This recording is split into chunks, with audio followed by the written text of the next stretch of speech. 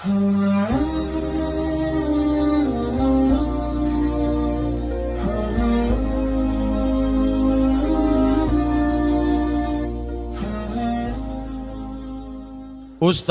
apa yang menyebabkan sholat seorang hamba tak diterima oleh Allah? Irji ila sholatika fa innaka lam tusalli. Ulangi sholatmu karena sholatmu batal. Diulanginya lagi. Irji ila sholatika fa innaka lam tusalli. Ulangi lagi sholatmu karena sholatmu batal. Diulanginya lagi. Irji ila sholatika. 3 kali ulang. Kenapa sholatnya disuruh ulang sampai 3 kali? Karena tidak ada tuma'ninah. Idza aqamta, kalau tegak, hatta tatma'inna qa'iman, tegak.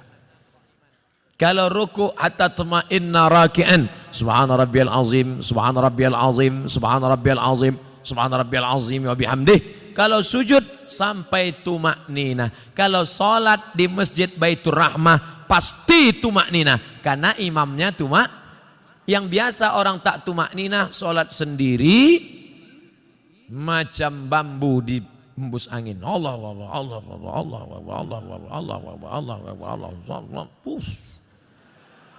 Selesai. Maka sholat berjamaah. Alhamdulillah adik-adik mahasiswa-mahasiswi Baitur Rahmah pasti sholatnya ada tumakninah karena sholat berjamaah bersama imam. 2 yang menyebabkan sholat batal. La sholat, sah sholat liman lam yaqra' bi fatihatil kitab. Fatihahnya tak betul. Fatihah rukun sholat, luruskan. Bismillahirrahmanirrahim. Alhamdulillahi rabbil alamin. Ar-Rahmanir-Rahim. Maliki yaumiddin. Iyyaka na'budu wa iyyaka nasta'in.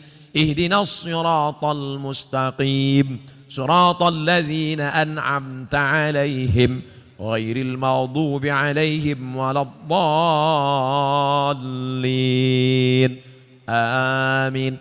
Betulkan Fatihah. Ngaji Iqra. Ngaji Iqra. Seandainya tak ada ulama dari Minangkabau, mungkin saya tak pandai membaca Quran. Jadi Ustadz dulu ngaji sama siapa? Ulama-ulama Minangkabau yang mengajarkan mengaji. Alif di atas, alif di bawah, i alif depan, u, a, i, u. Di atas itu kan dari Minangkabau. Alif 2 di atas, an, alif 2 di bawah, in, alif 2 di depan, un, an, in, un. Yang tahu berarti udah tua. Anak-anak kini tidak tahu itulah. De apo guru mengaji nan kini bukan dari Minangkabau tapi dari Yogyakarta. Jenenge sopo? Kiai Haji As'ad Humam. A bataba batata batata batasa basaba. Yang dulu hampir seluruh Sumatera itu guru dari Minangkabau. Alif di A, alif 2 di an. Mengalir pahalanya. Jangan sampai Fatihah tak betul. Apa kiat hijrah? Bagaimana cara agar kita tetap istiqamah? Yang pertama selalu pergi ke rumah sakit. Balik dari sini, jangan pulang ke rumah, pergi ke rumah sakit.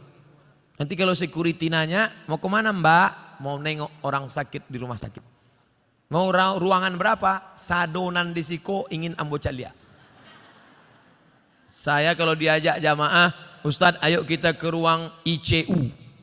Datang, tulis dia teh ICU, artinya ICU. Ambo mencaliak waang, waang tidak bisa mencaliak ambo. Nampak di sana orang cuci darah, keluar darah dari dalam badan, masuk ke selang, masuk ke mesin, dicuci 5 jam, masuk lagi. Sakitnya berapa? Duitnya berapa? Maka kita yang sehat bersyukur nikmat sehat dengan banyak-banyak beribadah. Tak juga bersyukur nengok orang sakit, pergi ke kubur menengok orang mati. Mim dia tema taya bawati, mati. Tengok bagaimana, apa yang akan dibawa? Tinggal akan dibawa solat. Inna awwala ma yuhasabu bihil abdu yaumal qiyamah. Yang pertama kali dihisab, dihitung hari kiamat, solat. Yang ketiga, buat komunitas. Komunitas alumni Baitur Rahmah. Buat satu contoh sekolah percontohan. Madrasah tahfiz Quran alumni Baitur Rahmah. Anak yatim, uang sekolahnya tanggung. Guru-gurunya. Kalau sudah ada Yang sudah ada itu aja jaga. Alumni-alumni pulang dari sini, buat ikatan alumni, pergi cari mana sekolah. Pak Kepala Sekolah, ya, berapa guru yang belum digaji, berapa anak yatim yang belum bayar uang sekolah, berapa kursi yang patah, berapa whiteboard yang rusak, berapa papan tulis yang bolong, berapa atap yang perlu diganti. Bapak mau ganti? Enggak, batanyo saya mau. Bantulah, itu yang akan membuat kita istiqomah insyaallah. Saya sebelum datang ke Kota Padang, kami tidak dari Payakumbuh. Padahal kalau dekat dari Pekanbaru dekat Payakumbuh. Tapi kami mutar ke Indragiri Hulu, masuk ke Kuantan Singingi. Kenapa? Karena menyalurkan dana untuk mendirikan madrasah ibtidaiyah di suku terasing di dalam hutan. Itulah yang akan menolong di hadapan Allah Subhanahu wa taala. Nah, jadi adik-adik, kawan-kawan, sahabat-sahabat, buat komunitas. Saya banyak ceramah ke tempat-tempat, bertemu dengan komunitas. Ustaz Somad, kami dari komunitas. Apa namanya? Komunitas Jombloan Sejati. Ustaz, kami dari komunitas. Apa namanya? Komunitas Pensiunan Perusahaan Minyak. Oh. Ini apa? Komunitas Mantan Tatu-Tatu. Isinya orang nan batatu saudara. Waduh, tatunya ular kobra. Setelah tua, ketek. Jadi cacing pita. Mantap. Ustaz, kami komunitas. Nama komunitasnya Komunitas Pejuang Subuh. Tertulis di bawah, Pejuang Subuh. Zuhur ndak tiba. Komunitas Pejuang Subuh. Zuhur kemana? Ndak datang zuhur. Masjid lain Pak Ustaz. Oh. Bagaimana caranya supaya kita tidak tergolong ke istidraj? Oh, kok istidraj itu ngeri. Istidraj iko bahasa singkatnya tasase di jalan nan lurui. Banyak orang sesat di jalan berbelok. Tapi ini ndak, sesat di jalan yang lurus. Nampaknya dia lurus, tapi sebenarnya sedang sesat. Na'udzubillah.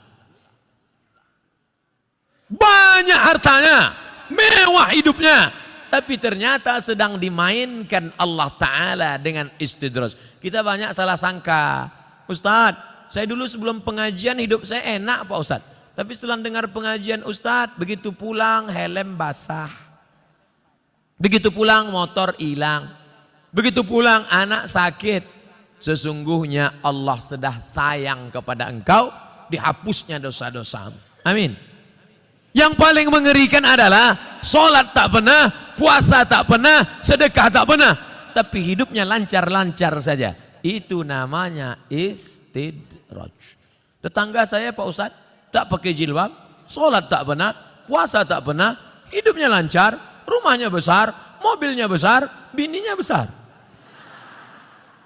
Itu namanya istidraj. Sanastajrijuhum min haitsu la ya'lamun. Kami mainkan mereka dengan istidraj. Kami mainkan mereka karena mereka mempermainkan Allah. Mereka sangka Allah lalai, mereka sangka Allah lupa. Tidak, Allah sedang memainkan engkau dengan istidraj. Jadi caranya biar sadar, introspeksi diri. Mengapa aku begini?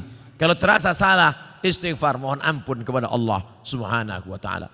Semoga Allah mempertemukan kita semua di surga nanti bersama para nabi dan orang soleh. Amin.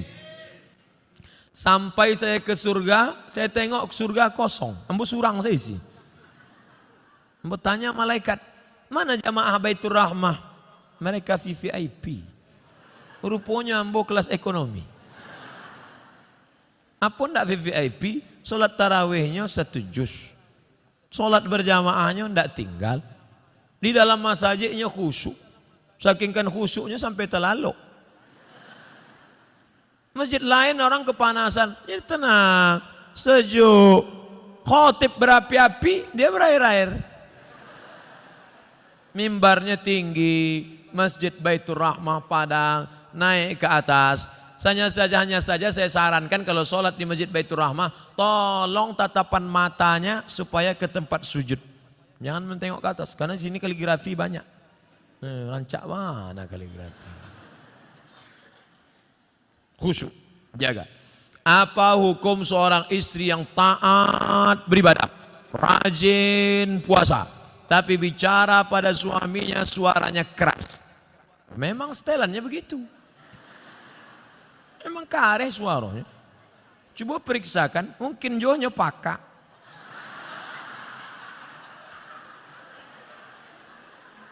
Mungkin ini orang gunung suara keras. Beda sama orang Sunda.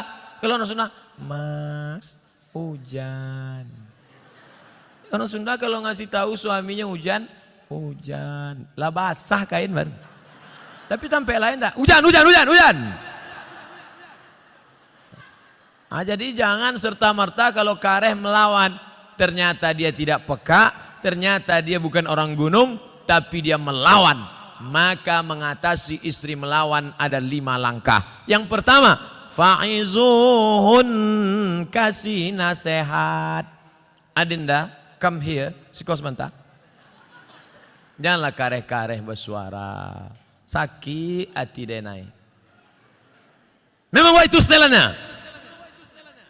Fa'izuhun, kasih nasihat tak sempat. Tak mempan kasih nasihat. Wahjuruhunna fil madaji. Kalau tidak berubah, apa boleh buat? Wahjuruhunna fil madaji, pisah tempat tidur. Karena kamu tak juga berubah, kita pisah tempat tidur sebulan.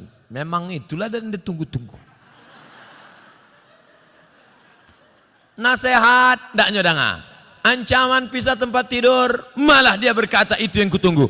Nan ketiga, wadribuhun. Ada jenis perempuan dipukul baru dia berubah. Wadribuhun, karena tak juga berubah, begitu mau ditempeleng, dipotonya, diuploadnya ke Instagram. Teganya.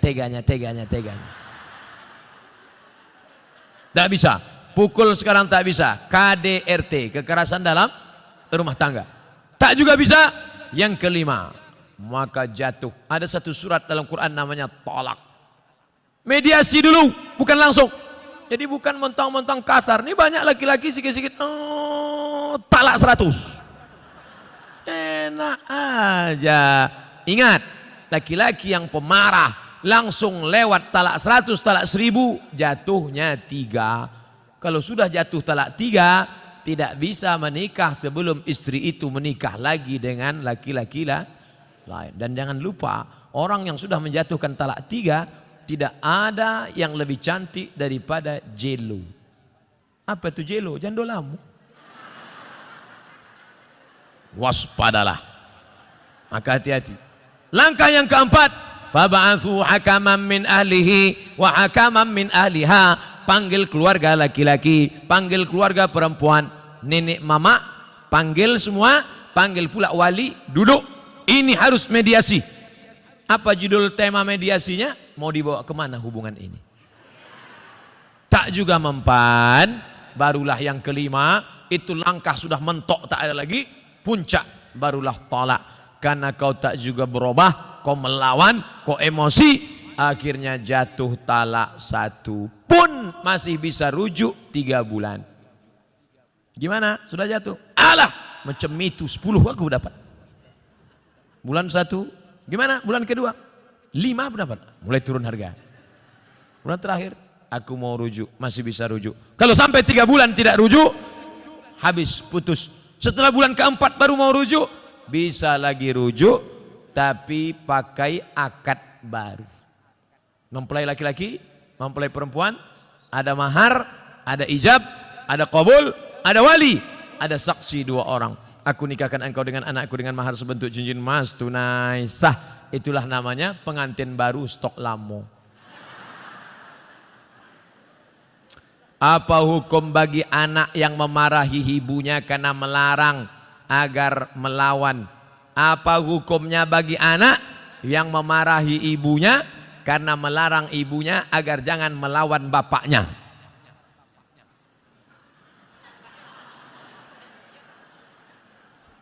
Ibu bapak mesti berpikir baik-baik. Anak tuh ada kan karena hubungan ibu bapak baik dulu kan. Kalau tak baik mana mungkin dia ada. Sekarang setelah dia ada, kenapa dia yang jadi korban? Ibu marah, otomatis dia marah. Anak ini melawan. Dan kalian sebagai anak tak boleh kalian lawan ibu ayah. Tak boleh. Walaupun dia kafir, tak boleh. Wa in jahadaka, kalau bapak ibumu memaksamu ala an tusyrika bi, mempersekutukan Allah, fala tuti'huma, jangan kau ikuti. Tapi untuk melawan tak boleh. Wa sahibhuma fid dunya ma'rufa, tetaplah berbakti kepada orang tua. Jangan mentang-mentang udah ngaji, balik dari sini panggil mak. Mak, sini. Assalamualaikum. Kan begitu caranya. Tapi dengan cara yang santun. Tapi dia nyuruh saya melawan ayah saya, Pak Ustadz. Cari nenek mama, cari walim ulama. Ibu kamu tuh suka ngajinya sama siapa? Oh, dia sama ngaji sama Ustadz Jel Fatullah. Aku kasih tahu, Ustadz Jel tolong ceramahi. Ustadz Somad menyabui Ustadz Jel, apa hubungan Ustadz? Itu kakak kelas saya. Kakak kelas saya. Banyak orang yang tersentuh hati mendengar ceramah Ustadz Jel. Oh, dengan Ustadz Jel dia tak mau. Sama siapa? Dia maunya dengan Dr. Eka Putra Wirman. Itu kakak kelas saya juga dulu di Maroko. Dengan Ustadz Eka. Dengan doktor, Pak Rektor Win. Oh, maunya dengan Ustadz Fulan. Dia dengan Ustadz tak mau. Maunya dengan nenek mama. Dengan tokoh adat. Dengan tokoh masyarakat. Pokoknya cakap siapa yang dia dengar. Nah, insya Allah. Begitu. Bukan kita yang melawan. Karena melawan orang tua ini luar biasa. Mudah-mudahan kita termasuk anak-anak yang berbakti pada orang tua insya Allah.